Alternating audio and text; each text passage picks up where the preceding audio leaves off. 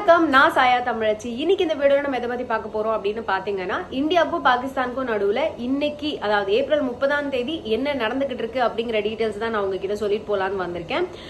And ஏற்கனவே நம்ம சேனல்ல பஹல்காம் அட்டாக் அண்ட் அதோட கம்ப்ளீட் டீடைல்ஸ், அதுக்கப்புறமா இந்தியாவோட ஆக்ஷன் என்ன, அதுக்கு பாகிஸ்தானோட ரியாக்ஷன் என்ன அப்படிங்கிற மாதிரியான டீடைல்ஸ் எல்லாம் நம்ம சேனல்ல நான் போஸ்ட் பண்ணியிருக்கேன். லாஸ்ட் 2 வீடியோஸ் அதை சம்பந்தப்பட்டதா தான் இருக்கும்.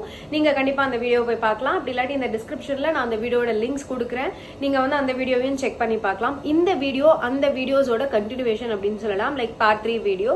ஸோ நம்ம வீடியோக்குள்ள போகலாம். டு பிகின் வித், ஏப்ரல் 22ஆம் தேதி அந்த பஹல்காம் அட்டாக் நடந்து 26 டூரிஸ்ட் கொல்லப்பட்ட அன்னையில இருந்து இன்னைக்கு வரைக்கும் ஏகப்பட்ட அட்டாக்ஸ் வந்து நம்மளுக்கு பாகிஸ்தான் சைட்ல இருந்து போய்கிட்டு இருக்கு அப்படின்னு சொல்லலாம். அதுக்கு ஒரு பேஸ் என்ன அப்படின்னு பாத்தீங்கன்னா, அந்த பஹல்காம் அட்டாக் முடிஞ்சதுக்கு அப்புறமா, அதாவது அது நடந்து இந்த மாதிரி 26 டூரிஸ்ட் இறந்துட்டாங்க அப்படிங்கிற ஒரு விஷயம் நடந்ததுக்கு அப்புறமா இந்தியா எடுத்த ஆக்ஷன்ஸ் தான். இந்தியா ஃபர்ஸ்ட் நான் ஏற்கனவே சொல்லியிருந்த மாதிரி இண்டஸ் வேலி ட்ரீட்டி அப்படிங்கிற ஒரு எக்ரிமெண்ட், அதாவது இண்டஸ் நதி வந்து நம்ம இந்தியால இருந்து பாகிஸ்தானுக்கு போய்கிட்டு இருக்கு. பாகிஸ்தானோட வாழ்வாதாரம், அதாவது 90% ஆஃப் த வாழ்வாதாரம் வந்து இந்த வாழ்வாதாரம் தண்ணி, அது வந்து இந்த இண்டஸ் நதிய பேஸ் பண்ணி தான் இருக்கு. அண்ட் அந்த நதியை உங்களுக்கு இனிமே நாங்க தரமாட்டோம், அந்த தரமாட்டோம் அப்படின்றதையும் மீறி அந்த ட்ரீட்டியை நாங்க வந்து சஸ்பெண்ட் பண்றோம். we are not going to follow the terms of the treaty அப்படிங்கறது வந்து இந்தியா சொல்லியிருந்தாங்க. அண்ட் இது வந்து நீங்க ஒரு வார ட்ரிகர் பண்றீங்க, நீங்க வந்து சமாதானம் பண்றதுக்கோ இல்ல சமாதானமா பேசுறதுக்கோ சுமூகமா நடந்துக்கிறதுக்கு ட்ரை பண்ணல, நீங்க வந்து வார இனிஷியேட் பண்றீங்க அப்படிங்கிற மாதிரி பாகிஸ்தான் சொல்லி அதுக்கப்புறமா இவங்க நடத்தப்பட்ட இந்த சின்ன சின்ன அட்டாக் தான் நான் சொல்லிக்கிட்டு இருக்கேன்.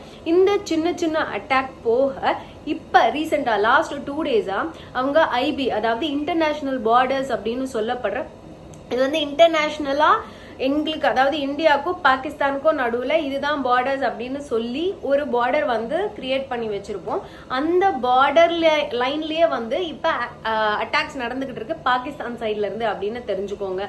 இதை ஏற்கனவே அவங்க வந்து என்ன சொல்லியிருந்தாங்க அப்படின்னா, நம்ம எப்ப இண்டஸ் வேலி ட்ரீட்டிய சஸ்பெண்ட் பண்றோம் அப்படின்னு சொன்னோமோ அவங்க உடனே நாங்க வந்து ஷிம்லா அக்ரிமெண்ட் வந்து ஷிமோஹா அக்ரிமெண்ட் வந்து நாங்க சஸ்பெண்ட் பண்றோம் அப்படின்னு சொல்லியிருந்தாங்க. விச் இஸ் லைக் இந்தியாவுக்கும் எங்களுக்கும் இதுதான் வந்து பார்டர், இந்த பார்டரை வந்து நாங்க மதிக்கிறோம், இதுக்கு நடுவுல எந்த ப்ராப்ளம் வந்தாலும் நாங்க வந்து சுமூகமா பேசி தீர்த்துமே தவிர நாங்க வந்து வார்க்குள்ள போக மாட்டோம் அப்படின்னு ஒரு அக்ரிமெண்ட் இந்தியாவுக்கும் பாகிஸ்தானுக்கும் நடுவுல சைன் ஆகப்பட்டுச்சு. நீங்க இண்டஸ் வேலி ட்ரீட்டியை வந்து சஸ்பெண்ட் பண்ண மாதிரி நாங்க இந்த ட்ரீட்டியை சஸ்பெண்ட் பண்றோம், இதுக்கப்புறம் எங்களுக்கும் அதுக்கும் சம்பந்தம் கிடையாது, நாங்களும் என்ன ஆக்ஷன் வேணா எடுப்போம் அப்படின்னு ஏற்கனவே பாகிஸ்தான் சொல்லியிருந்தாங்க. அதை தொடர்ந்து இவங்க வந்து ஐஓசி அண்ட் ஐபி பார்டர்ஸ்ல வந்து இவங்க அட்டாக்ஸ் நடத்துறாங்க அப்படின்னு தெரிஞ்சுக்கோங்க. ஐஓசி அப்படின்னா லைன் ஆஃப் கண்ட்ரோல் அப்படிங்கிற லைன்லயும் ஐபி இன்டர்நேஷனல் பார்டர்ஸ்லயுமே வந்து அவங்க அட்டாக்ஸ் நடத்துறாங்க. இது வந்து பெரிய உயிர் சேதம், பெரிய பெரிய அட்டாக்ஸ் அப்படின்னு சொல்லலனாலும் கண்டிப்பா அவங்க சைட்ல இருந்து அவங்க அட்டாக்ஸ் பண்ணிக்கிட்டே இருக்காங்க அப்படின்னு தெரிஞ்சுக்கோங்க. இதுக்கு நடுவுல இந்த பஹல்காம் அட்டாக் நடத்தப்பட்ட அந்த தீவிரவாத அமைப்பு இல்ல அந்த தீவிரவாதிகளை யாரையாவது நம்ம பிடிச்சோமா, அவங்க யாருன்னு கண்டுபிடிச்சோமா, நம்ம டைரக்டா பாகிஸ்தான் கிட்ட போய் பிரச்சனை பண்ணிக்கிட்டு இருக்கோமே அப்படிங்கிற மாதிரியான கேள்விகளுக்கு பதிலா இப்ப பாகிஸ்தான் தான் இதுக்கு பின்னணி, பாகிஸ்தானோட ஒத்துழைப்பு இல்லாம இந்த அட்டாக்கே நடந்திருக்காது, இது அவங்களோட அட்டாக் தான் அப்படின்னு ப்ரூவ் பண்ற மாதிரி அந்த அட்டாக் நடத்தின தீவிரவாதிகள்ல ஒருத்தன், அவன் தான் லீடுன்னு சொல்லப்படுது. அவன் பேர் என்ன அப்படின்னு பாத்தீங்கன்னா ஹசம் முசா. இந்த ஹசம் முசா யாரு அப்படின்னா X Pakistan army special forces soldier அப்படின்னு தெரிஞ்சுக்கோங்க. அதாவது ஆர்மி ஸ்பெஷல் போர்சஸ் சோல்ஜரா இருந்த ஒருத்தன் இன்னைக்கு இந்த அட்டாக்கை நடத்தியிருக்கான் அப்படின்னு தெரிஞ்சுக்கோங்க. ஸோ இவன் தான் மெயின் லீடு இந்த அட்டாக் பண்ணதுக்கு. அப்போ எக்ஸ் ஆர்மி ஆஃபீஸர் ஒருத்தன் வந்து இங்க அட்டாக் பண்றான் அப்படின்னா அதுக்கும் பாகிஸ்தானுக்கும் சம்மந்தமே இல்லை அப்படின்னு அவங்க வந்து சொல்லவே முடியாது.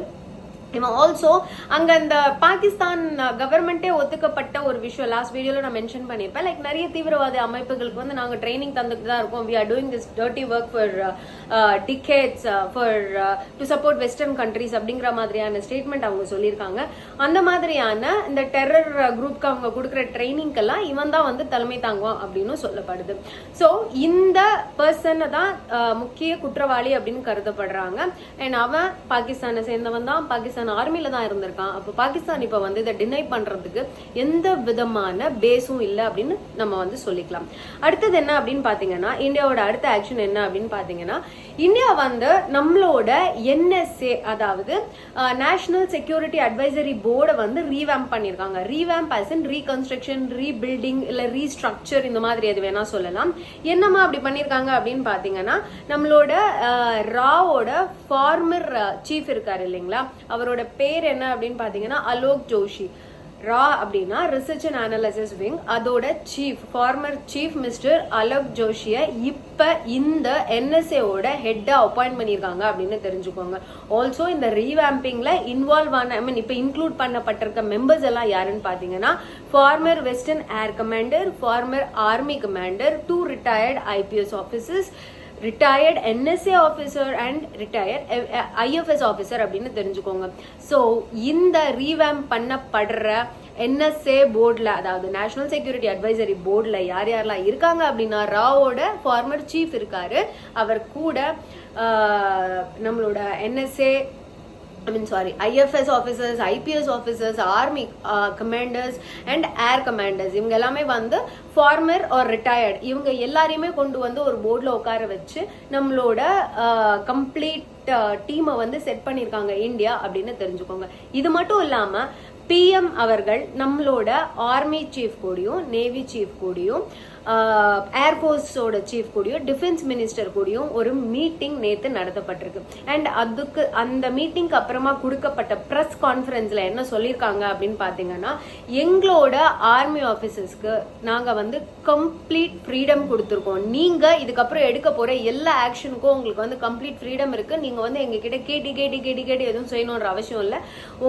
நீங்க எங்க அட்டாக் பண்ணாலும் அதுக்கு வந்து நாங்க சப்போர்ட் பண்றோம். நீங்க எங்க கவுண்டர் அட்டாக் பண்ணாலும் நாங்க வந்து சப்போர்ட் பண்றோம். அண்ட் எந்த விதமான ஆக்ஷன்ஸ் வேணா நீங்க எடுக்கலாம், அதுக்கு வந்து நாங்க முழு மனதோடு இப்பவே சம்மதம் தெரிவிக்கிறோம் அப்படிங்கறதையும் வந்து நம்மளோட கவர்மெண்ட் சொல்லியிருக்கு அப்படிங்கறத தெரிஞ்சுக்கோங்க. ஓகே, இது எல்லாமே வந்து கவர்மெண்ட் லெவல்ல நடந்துகிட்டு இருக்கு. அது மட்டும் இல்லாம நம்மளோட வெளியுறவுத்துறை அமைச்சர் இருக்காரு இல்லைங்களா, அவரு எந்தெந்த கண்ட்ரியோட கவர்மெண்ட் கிட்ட பேசிட்டு இருக்காரு, அதுக்கு அவங்களோட ரெஸ்பான்ஸ் என்ன அப்படிங்கறதையுமே வந்து கண்டினியூஸா ட்விட்டர்ல வந்து அவர் ட்வீட் பண்ணிட்டே இருக்காரு, அப்டேட் கொடுத்துட்டே இருக்காரு. இந்த கண்ட்ரி நம்மளுக்கு சப்போர்ட் பண்றாங்க, இந்த கண்ட்ரிஸ் வந்து இந்த மாதிரி ரிப்ளை கொடுத்திருக்காங்க. அது மட்டும் இல்லாம UN இருக்கு இல்லைங்களா, யுனைடெட் நேஷன், அவங்க அந்த பீப்புள் கிட்ட பேசிட்டு அவர் போட்ட ட்வீட் என்ன அப்படின்னா, நான் அவங்க கிட்ட பேசிட்டேன், இந்த மாதிரியான அட்டாக் நடந்திருக்கு அப்படிங்கறத நான் இன்ஃபார்ம் பண்ணிட்டேன், அதுக்கு இந்த மாதிரியான ஆக்ஷன்ஸ் எல்லாம் இந்தியா எடுக்க போகுது அப்படின்றதையும் சொல்லிட்டேன். அண்ட் நீங்க இதுல தலையிட வேண்டாம், இதுக்கு நாங்களே பதிலடி கொடுத்துக்குவோம் அப்படிங்கறதையுமே நான் சொல்லிட்டேன் அப்படிங்கிற மாதிரியான ட்வீட்டுமே அவர் போட்டிருக்காரு. Which means India is very much ready to attack Pakistan அப்படிங்கறத தெரிஞ்சுக்கோங்க. இது அட்டாக் அப்படின்னு சொல்ல முடியாது, இது வந்து அவங்க நம்மளுக்கு இத்தனை நாளா பண்ணிக்கிட்டு இருந்ததுக்கு ஒரு பதிலடி. அண்ட் இப்ப பண்ணிருக்கிறது ரொம்ப ரொம்ப பெரிய விஷயம். அண்ட் அதுக்கான நெத்தி அடி அப்படின்னு நம்ம வந்து சொல்லலாம். இதெல்லாம் நடந்ததை பார்த்துக்கிட்டு இருந்த நம்மளோட பாகிஸ்தான் மினிஸ்டர்ஸ் ஒருத்தரா இப்ப என்ன சொல்றாங்க அப்படின்னு பாத்தீங்கன்னா, இப்ப நடந்த பிரச்சனைக்கும் எங்களுக்கும் எந்த சம்பந்தமும் இல்லை, நாங்க நாள்ல இருந்தே சொல்லிக்கிட்டு இருக்கோம், ஆனாலும் இந்தியா வந்து எங்க பேச்சே கேட்காம எங்க பேர்ல அட்டாக் பண்ணுது, எங்க பேர்ல வந்து இந்த ட்ரீட்டி எல்லாம் கேன்சல் பண்ணுது, இது எந்த விதத்திலயும் ஃபேரே கிடையாது அப்படின்ற ஸ்டேட்மெண்ட் எல்லாம் கொடுக்கறதா இருக்கட்டும். இன்னொரு பக்கம் எங்களுக்கு இப்ப நியூஸ் வந்திருக்கு, இந்தியா வந்து எங்களை 24 மணி நேரத்துல இருந்து 36 மணி நேரத்துக்குள்ள இந்தியா வந்து பாகிஸ்தானுக்குள்ள வந்து எங்களை அட்டாக் பண்ண போகுது அப்படிங்கிற மாதிரியான நியூஸ் எங்களுக்கு வந்திருக்கு. சோ நாங்க இதை பார்த்து பயப்பட போறதில்ல, நாங்களும் எல்லாத்துக்கும் ரெடியா இருக்கோம் அப்படிங்கிற மாதிரி ஸ்டேட்மெண்ட்ஸ் அவங்க கொடுக்கறதா இருக்கட்டும். எனக்கும் இதுக்கும் சம்பந்தமே இல்லை அப்படின்னு அவங்க போடுற நாடகமா இருக்கட்டும், இது இந்த மாதிரியான விஷயங்கள் பாகிஸ்தான் மினிஸ்ட்ரி சைட்ல இருந்து நடந்துகிட்டு இருக்கு அப்படின்னு தெரிஞ்சுக்கோங்க. இது வந்து கவர்மெண்ட் பண்ணிட்டு இருக்கிற விஷயம். மக்கள் என்ன பண்ணிக்கிட்டு இருக்காங்க, உள்ள இந்தியாக்குள்ள என்ன நடந்துகிட்டு இருக்கு, பாகிஸ்தானுக்குள்ள என்ன நடந்துட்டு இருக்கு அப்படின்னு பாத்தீங்கன்னா, ஏற்கனவே பாகிஸ்தான்ல ஏகப்பட்ட பிரச்சனைங்க. அவங்களோட பினான்ஸ் கிரைசிஸா இருக்கட்டும், அவங்களோட உட்கட்சி பூசலா இருக்கட்டும், இல்ல எதிர்கட்சி பூசலா இருக்கட்டும், இந்த மாதிரியான ஏகப்பட்ட பிரச்சனை போய்கிட்டு இருக்கு. இப்ப இவங்க பண்ணிக்கிட்டு இருக்க இந்த IB அட்டாக்கா இருக்கட்டும், IOC மேல பண்ற அட்டாக்கா இருக்கட்டும், இதுக்கெல்லாமே உடனுக்குடனே அவங்களுக்கு பதிலடியும் கிடைச்சிக்கிட்டு இருக்கு. இந்தியா மேல கைய வச்சா நாங்க சும்மா இருக்க மாட்டோம் ஏற்கனவே ஆப்கானிஸ்தான் சொல்லியிருக்காங்க. அண்ட் அதுக்கேத்த மாதிரி நம்மளோட IB-ல நடத்தப்பட்ட அட்டாக்கு இமீடியட்டா பாகிஸ்தான் மேல வந்து ஆப்கான்ஸ் அட்டாக் பண்ணிருக்காங்க.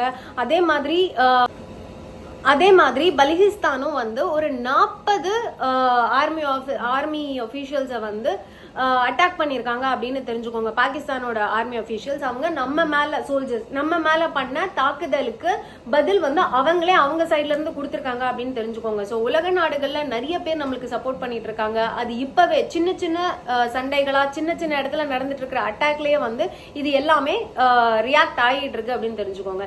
இது மட்டும் இல்லாம பாகிஸ்தானுக்குள்ள மக்களோட விஷயம் என்னன்னு பாத்தீங்கன்னா, பாகிஸ்தானோட கொடியை பிடிங்க அவங்களே தூக்கி போடுறதா இருக்கட்டும். நான் ஏற்கனவே போன வீடியோல சொன்ன மாதிரி ஆர்மி ஆபீசர்ஸ் எல்லாம் வந்து ரிசைன் பண்றாங்க அப்படிங்கிற மாதிரியான நியூஸஸா இருக்கட்டும், புரளியோ உண்மையோ அந்த மாதிரியான நியூஸஸா இருக்கட்டும், அப்படி இல்லைன்னா அவங்களோட சீஃப் வந்து அப்ஸ்காண்ட் ஆயிட்டாரு அவரோட குடும்பத்தோடு அப்படிங்கிற மாதிரியான நியூஸஸா இருக்கட்டும், இவனுங்க பண்ண தப்புக்கு நாங்க என்னங்க பண்ணுவோம், எங்களை ஏங்க சஃபர் ஆக்குறீங்க அப்படின்னு மக்கள் கேட்கிற கேள்விகளா இருக்கட்டும். இதுல வந்து இன்னைக்கு காலையில ஒரு நியூஸ் ஒன்று நான் பார்த்தேன்.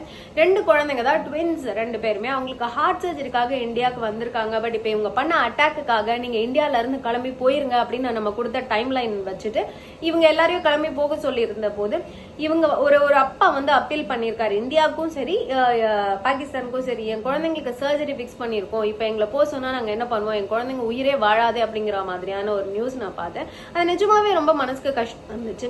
நீங்க ஏன்டா பண்றீங்க இந்த மாதிரி தீவிரவாத அட்டாக்ஸ்? அதனால தானடா இந்த மாதிரியான பிரச்சனைகள்லாம் வருது அப்படிங்கிற விஷயமா இருக்கட்டும். ஸோ இது வந்து பாகிஸ்தான்ல நடந்துகிட்டு இருக்கிற விஷயம்.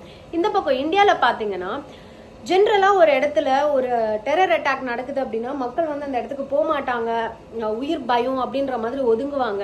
இது வந்து டெரரிஸ்ட்க்கு ஒரு அப்பர் ஹேண்ட் கொடுக்கும். இந்த இடம் எங்களோடது தான், அதனாலதான் நாங்க அட்டாக் பண்ணோம், நீங்க யாருமே இதுக்குள்ள வரக்கூடாது அப்படிங்கறதுனாலதான் இந்த மாதிரியான டெரரிஸ்ட் அட்டாக் இந்த நோஷன்ல தான் நடக்குது. Jammu and Kashmir it is kind of our jugular vein, இது வந்து எங்களோட இடம் அப்படிங்கிற மாதிரியான ஸ்டேட்மெண்ட்ஸ் எல்லாம் நம்ம ரீசன்ட் பாஸ்ட்ல பார்த்தோம். பட் இந்தியன்ஸ் என்ன பண்றாங்க அப்படின்னு பாத்தீங்கன்னா, இப்ப ஜம்மு அண்ட் காஷ்மீருக்கு ஸ்பெசிபிக்கா பெஹல்ஹாம் அந்த இடத்துக்கு வந்து மக்கள் வந்து டூரிஸ்டா போக ஆரம்பிச்சிருக்காங்க. எதுக்குன்னு ரிப்போர்ட்டர்ஸ் கேட்டப்ப அவங்க மீடியாவுக்கு ஸ்ட்ரெயிட்டா கொடுத்த ஆன்சர் என்னன்னா, டெரர் அட்டாக்ஸ் எங்களை நிறுத்தி வைக்க முடியாது, இது எங்களோட country, this is our country, நாங்க எப்ப வேணா எங்க வேணா ஆக்சஸ் பண்ணுவோம், இது எங்களோட இடம், நீங்க வந்து இங்க ஆட்சி பண்ண முடியாது, நீங்க எங்களை பயமுறுத்துறீங்கன்றதுக்காக நாங்க பயந்து ஒதுங்க போறது கிடையாது.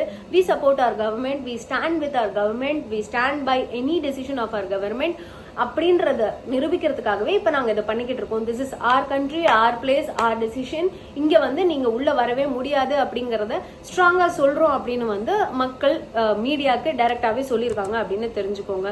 ஸோ அந்த பக்கம் பாகிஸ்தானோட மக்கள் எப்படி ரியாக்ட் பண்றாங்க அண்ட் அவங்களோட உட்கட்சி பூசல் என்ன, ஐ மீன் உள்ள நாட்டுக்குள்ள எவ்வளவு கலவரம் நடந்துகிட்டு இருக்கு அப்படிங்கறதையும் நான் சொல்லியிருக்கேன். நம்ம இந்தியா எவ்வளவு கான்பிடென்டா இருக்கும் அப்படிங்கறதையும் சொல்லியிருக்கோம். டெக்னிக்கலி ஸ்பீக்கிங் இந்தியாவுக்கும் பாகிஸ்தானுக்கும் வார் அப்படின்னு வந்துச்சுன்னு வச்சுக்கோங்களேன், it is going to be very big thing அப்படின்றது கண்டிப்பா நம்ம எல்லாருக்குமே தெரிஞ்சிருக்கும். ஏன்னா இத்தனை நாளா வந்து ரொம்ப ரொம்ப பொறுத்து போய் ஒரு இடத்துல சர்ஜிக்கல் ஸ்ட்ரைக் பண்ணியிருக்கோம், அவங்க பண்ற எல்லா அட்டாக்ஸ்க்கும் நம்ம கவுண்டர் அட்டாக்ஸ் பண்ணியிருக்கோம், தடுத்திருக்கோமே தவிர இது வரைக்குமே நம்மளே வந்து கோவப்பட்டு பொங்கி எழுந்தது கிடையாது. பட் இந்த வாட்டி அவங்க ரொம்ப ரொம்ப நம்மளோட பொறுமையை ரொம்ப சோதிச்சிட்டாங்க அப்படிங்கறதுனாலதான் இவ்வளவு ரியாக்ஷன்ஸ் நம்ம சைட்ல இருந்து வந்துகிட்டு இருக்கு. And if it is going to be a war, இது வந்து டெஃபினட்டா நாங்க எல்லாருமே சப்போர்ட் பண்றோம், எல்லா கட்சிகளும் சொல்லியிருக்காங்க, மக்கள் ஆல்சோ எல்லாருமே நம்ம வந்து சப்போர்ட் பண்றோம் அப்படிங்கறது தான் நம்ம சொல்லியிருக்கோம்.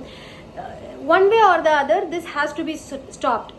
கண்டிப்பா சாமானிய மக்கள்கள் கஷ்டப்படுவாங்க, பாகிஸ்தானிஸ் கஷ்டப்படுவாங்க, இந்தியாஸ் கஷ்டப்படுவாங்க, காஷ்மீர்ல இருக்கிறவங்க கஷ்டப்படுவாங்க, டெஃபினட்டா நிறைய மக்கள் கஷ்டப்படதான் போறாங்க.